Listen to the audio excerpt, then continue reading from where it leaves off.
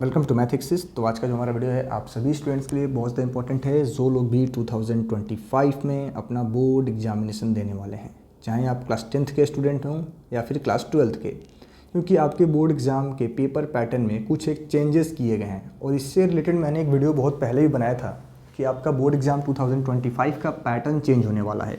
और ऐसा मैं अपने मन से या फिर कहीं से सुन के नहीं बता रहा, इसका बाकायदा ऑफिशियल सर्कुलर भी आ चुका है, अभी मैं आप बच्चों को दिखाऊंगा। और साथ ही साथ आपका ऑफिशियल स्पेसिमेन क्वेश्चन पेपर भी रिलीज कर दिया गया है बोर्ड के द्वारा। अगर आपने अभी तक अपना स्पेसिमेन क्वेश्चन पेपर नहीं देखा है class 10th and class 12th का, जो ICSE बोर्ड ने आप बच्चों के लिए 2025 के बोर्ड एग्ज़ाम के लिए रिलीज़ किया है, तो उसको जाके आप ICSE के ऑफिशियल वेबसाइट पर देख सकते हैं। अगर आपको नहीं पता है कि उसको कैसे डाउनलोड करना है, तो मैंने एक वीडियो बना रखा है जिसका लिंक आपको वीडियो को डिस्क्रिप्शन में दिया गया है। आप जाके उस वीडियो को देखें और देन उन सैम्पल क्वेश्चन पेपर्स को डाउनलोड करके एक बार उनको ध्यान से समझें, पढ़ें और उनका एनालिसिस करें। ठीक है, तो आइए हम लोग अपने ऑफिशियल सर्कुलर पे चलते हैं कि ICSE ने क्या कुछ सर्कुलर जारी किया है आपके एग्जाम्स को लेकर के। ठीक है, तो देखो ये आपका ICSE का सर्कुलर है जो कि 15 मई 2024 को रिलीज़ किया गया, आप देख सकते हो। ठीक है, 15 मई 2024 को ये सर्कुलर रिलीज़ किया गया है। और इसमें क्या बताया जा रहा है कि आपका सभी स्कूल्स के टीचर्स को, सभी स्कूल्स के मतलब जो मैनेजमेंट है उनको बता दिया गया है कि this papers examine the learners in higher order ability such as application, analysis, interpretation, evaluate which have also been mapped in the specimen question paper except in English paper language. यानी क्या है कि मैंने आपको बहुत पहले बताया था कि जैसा CBSE में आपने सुना होगा कई बार केस बेस्ड स्टडी वाले क्वेश्चन, CBQ क्वेश्चन CBSE हर बार बच्चों को दे रहा होता है, इसको हम कहते हैं केस बेस्ड स्टडी।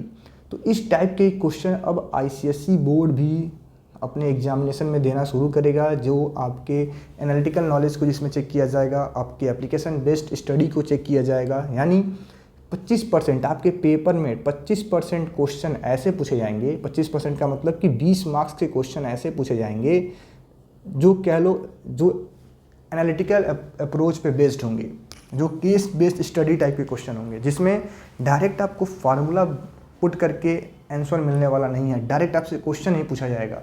क्वेश्चन जो भी आपसे पूछा जाएगा आपके सिलेबस के अकॉर्डिंग होगा, बट थोड़ा सा ट्विस्ट करके पूछा जाएगा, थोड़ा सा कह लो स्टोरी के फॉर्म में, ऐसा कुछ मतलब कोई कंडीशन फॉर्मुलेट करके आपको दिया जाएगा, वहाँ से आपको समझ करके उस क्वेश्चन का आंसर देना होगा। क्योंकि ये हमारे न्यू एजुकेशन पॉलिसी में ऐसा रिकमेंडेशन था कि ऐसे क्वेश्चंस बच्चों से पूछे जाने चाहिए उनके एग्जामिनेशन में। यानी अगर आप सोच रहे होंगे कि मैं रट करके अपने पेपर्स को पास कर लूँगा, तो अब थोड़ा मुश्किल होने वाला है। आपको 20 मार्क्स स्कोर करने के लिए, जो 20 नंबर्स हैं इनको स्कोर करने के लिए अपने सभी सब्जेक्ट के हर एक चैप्टर को काफ़ी डिटेल में पढ़ना होगा और समझना होगा। ठीक है, देखो सभी सब्जेक्ट में बता दिया गया है और ICSE 2025 बोर्ड एग्जाम्स के लिए इन सभी का कह लो आपका पेपर आने वाला है और बोर्ड का, और ये आपका ICSE 2025 क्लास 10th का, इनका स्पेसिमेन क्वेश्चन पेपर बहुत जल्द ICSE बोर्ड आपको रिलीज़ करके प्रोवाइड करने वाला है।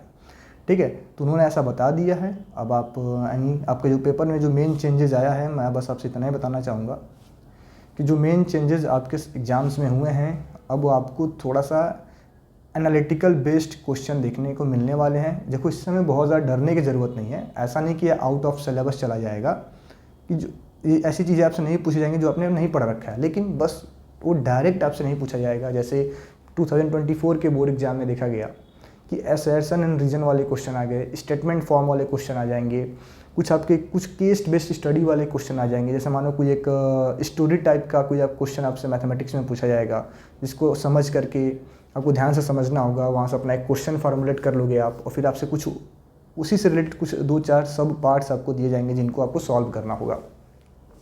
बहुत कठिन नहीं होता है, बहुत ईजी होता है, लेकिन इसको वही बच्चे सॉल्व कर पाएंगे जो चैप्टर को सही से पढ़े होंगे, चैप्टर के कॉन्सेप्ट्स को, चैप्टर में के अंदर क्या कुछ दिया गया उसको ध्यान से समझे होंगे। जो लोग भी रट के अपने पेपर देने चले जाते हैं, सिर्फ और सिर्फ क्वेश्चन रट के चले जाते हैं, वह जो ये 20 मार्क्स का क्वेश्चन आने वाला है, जो 25 पार्ट का ये पोर्शन आने वाला है एनालिसिस वाला, एप्लीकेशन बेस्ड वाला, उसको सॉल्व नहीं कर पाएंगे। तो बस मेरा आप बच्चों से यही कहना है कि अब आप इसके बाद से जो कुछ भी पढ़ें काफ़ी डिटेल में पढ़ें, समझ करके पढ़ें, रटने पर फोकस ना करें, चैप्टर को बारीकी से समझें।